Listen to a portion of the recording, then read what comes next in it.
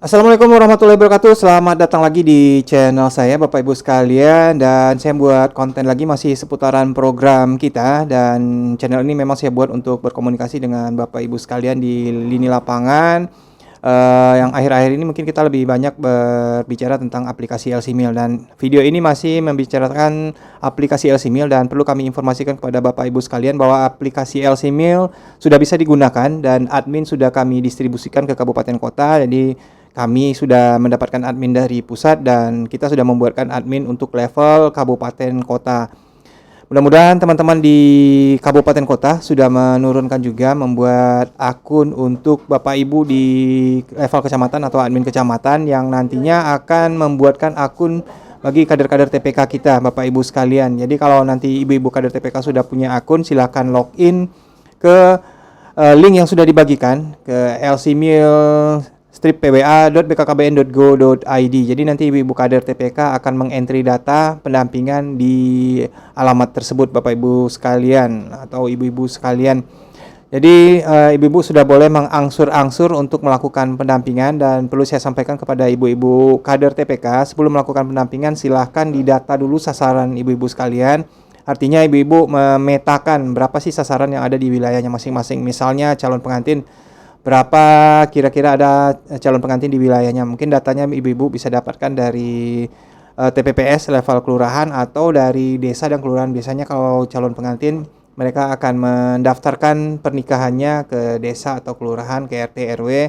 Nah, ibu-ibu silakan berkoordinasi dengan pemangku kebijakan atau yang menangani itu, misalnya RT RW atau siapapun yang ditunjuk di desa atau kelurahan. Nanti ibu-ibu dapatkan data calon pengantin. Nah, dari data itulah nanti ibu-ibu akan melakukan pendampingan dengan cara mungkin chattingnya juga bisa entry mandiri melalui aplikasi yang mereka download melalui App Store atau Play Store, atau sebaiknya ibu-ibu yang mengentrikan dengan catatan mereka sudah memeriksakan kesehatannya ke Fasyankes atau ke Nakes.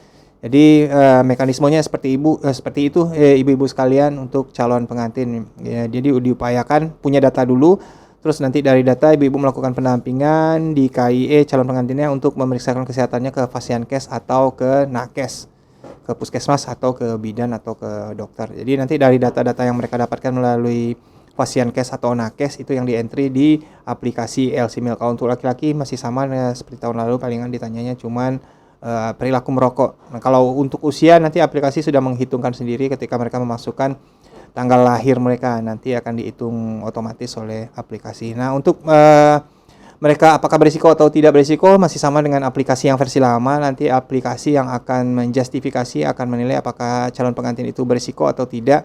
Nah, dari hasil yang di-entry tadi nanti ibu-ibu akan melakukan pendampingan lanjutan. Kalau misalnya mereka memiliki risiko, apa yang harus ditindaklanjuti setelahnya. Nah, kalau mereka tidak berisiko, cuma mungkin cukup diberikan KIE pengetahuan terkait apa yang harus mereka lakukan setelah nanti melakukan pernikahan. Itu ibu-ibu sekalian. Untuk ibu hamil mungkin ibu-ibu berkoordinasi dengan bidan.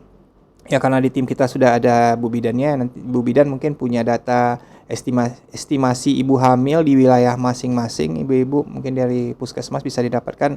Nah, dari itulah nanti ibu-ibu mengestimasikan berapa kira-kira ibu hamil yang ada di wilayahnya. Nah, tugas ibu kader PKK dan kader KB, nah, karena ibu-ibu adalah orang tempatan yang mengenal dan dikenal oleh warganya. Saya yakin ibu-ibu cukup mengenal warganya, siapa yang hamil, di mana keberadaannya. Nanti ibu-ibu dorong sasaran kita untuk memeriksakan kesehatannya ke Nakes atau ke Fasyankes. Nah, kalau posyandunya sudah jalan ibu-ibu sekalian, mungkin nanti ibu-ibu tinggal melihat data dari KIA, apakah sudah melakukan ANC sebagaimana mestinya, seperti yang di Juknis kita sekarang minimal 6 kali pada fase kehamilan ibu-ibu sekalian. Nah, dari data itu nanti ibu-ibu masukkan ke aplikasi LC Meal. Nah, itu adalah bentuk pendampingan nanti ibu-ibu. Dan aplikasi juga sama dengan Chatin, nanti aplikasi akan men-screening otomatis data tersebut, apakah si sasaran ibu hamil tadi berisiko atau tidak. Nah, yang jadi PR nanti kalau ada misalnya sasaran di wilayah ibu-ibu sekalian yang tidak memeriksakan kesehatannya ke Nakes atau ke Fasyankes, ibu-ibu kader PKK, kader KB mendorong sasaran kita untuk memeriksakan kesehatan. Karena kalau tidak diperiksakan kesehatannya, ibu-ibu ibu-ibu tidak punya data dan nanti tidak bisa di screening. Jadi karena harapan kita semua ibu hamil, ibu pasca salin yang ada di wilayah kita, begitu juga Jatim memeriksakan kesehatannya, karena dari pemeriksaan kesehatan kita tahu mereka berisiko atau tidak. Nah itu nanti yang akan di entry di aplikasi LC-Meal ibu-ibu sekalian. Jadi itu mekanisme yang harus ibu-ibu lakukan pada saat pendampingan nanti. Nah kalau untuk aplikasi seperti yang saya sampaikan tadi, silakan sudah bisa digunakan. Silakan hubungi petugas yang ada di wilayah masing-masing. Kalau yang ada PKB-nya silakan hubungi PKB, mungkin teman-teman PKB yang menjadi admin yang akan membuatkan user untuk ibu-ibu KDTPK. Tadi sudah saya sampaikan atau belum ya? Jadi kalau ibu-ibu dalam posisi login kemarin pada saat latihan, mungkin di handphonenya, browsernya kemarin kita kan sudah melakukan orientasi. Kalau dalam posisi login dengan user latihan kemarin, silakan di sign out dulu ibu-ibu sekalian. Kalau ibu-ibu buka aplikasi ibu-ibu sekalian, itu di bagian atas tuh kan ada menunya ya ibu-ibu sekalian.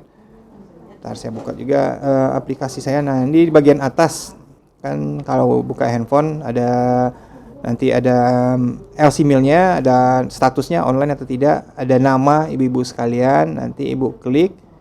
Nah di bagian bawah ada logout. Nah logout dulu nanti baru ibu-ibu login pakai user yang sudah dibuatkan oleh teman-teman admin kecamatan kami. Nah ibu-ibu kalau sudah login dengan user yang sebenarnya, silakan melakukan pendampingan. Jadi seperti itu mekanismenya ibu-ibu sekalian. Jadi aplikasi sudah bisa digunakan, sudah bisa melakukan pendampingan, dengan catatan ada data yang harus yang sudah bisa ibu-ibu entry. Kalau misalnya belum, silakan didorong lagi sasaran kita untuk memeriksakan kesehatannya. Mungkin yang berat PR-nya itu ya ibu-ibu sekalian, mendorong sasaran kita untuk mau memeriksakan kesehatan.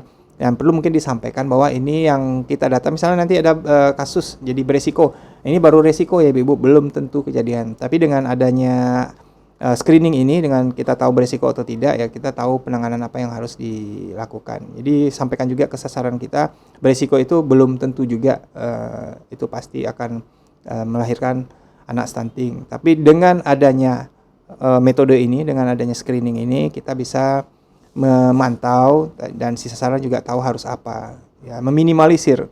Sama seperti menggunakan helm ibu-ibu sekalian, apakah tidak menggunakan helm ketika kecelakaan pasti akan fatal, kan belum tentu juga, tapi risikonya pasti lebih besar dibandingkan dengan menggunakan helm. Seperti itu analoginya ibu-ibu sekalian. Jadi silahkan sekali lagi saya sampaikan, silahkan untuk melakukan pendampingan di wilayahnya masing-masing. Kalau ada kendala silahkan nanti tanyakan di video saya. Jadi memang saya buat video-video ini untuk membantu ibu-ibu di lapangan melakukan pendampingan. Kalau ada kendala silahkan ditanya-tanya di kolom komentar. Kalaupun telat nanti saya balasnya itu karena faktor kesibukan saja, bukan disengaja ibu-ibu sekalian. Mudah-mudahan channel ini bisa kita jadikan untuk sarana berkomunikasi antara saya dengan ibu-ibu kader TPK khususnya di wilayah Riau. Kalaupun yang ada di luar Riau juga, di luar Riau dengan persoalan yang sama, insya Allah nanti saya tanggapi. Kalau saya bisa memberikan solusi, saya berikan solusi. Kalau memang butuh solusi dari pengembang atau teman-teman yang berada di atas saya, ya, nanti akan saya sampaikan ke mereka. Itu saja video saya, udah lumayan panjang juga nih 8 menit ibu-ibu sekalian. Terima kasih sekali lagi sudah menonton channel saya. Nah mudah-mudahan ada manfaatnya buat kita semua. Selamat menunaikan ibadah puasa sekali lagi. Semoga amal ibadah kita diterima oleh Allah Subhanahu wa taala. Sampai ketemu lagi di video berikutnya. Assalamualaikum warahmatullahi wabarakatuh.